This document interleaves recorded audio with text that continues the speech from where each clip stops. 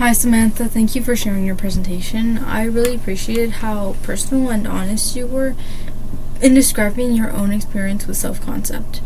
It made your explanation of self-image, self-worth, and the ideal self very relatable. I especially like the way you connected these concepts to real moments in class, like your fear of raising your hand, and how you explained that it's really your inner thoughts that holding you back. That was a really strong example of how theory applies to everyday life. Something I learned from your presentation is how the three components of self-concept interact.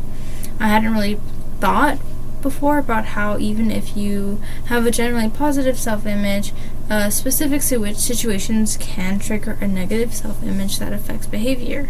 Your example of class participation really illustrated that tension between real self and ideal self, and how awareness of it can help guide personal growth. If I could offer one piece of constructive feedback, I would have loved to hear a little more about strategies for building self-worth and bridging the gap between real self and ideal self. You mentioned raising your hand and just doing it, which is a great start, but a few more concrete methods like positive self-talk or reflective exercises could make this practical takeaway even stronger. My question for you is, have you noticed any situations outside of class where your self-concept affects your communication in a similar way? For example, with friends or family.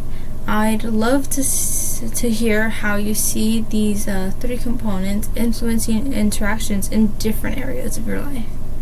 Thanks again for sharing your insights. It was really relatable and thoughtful.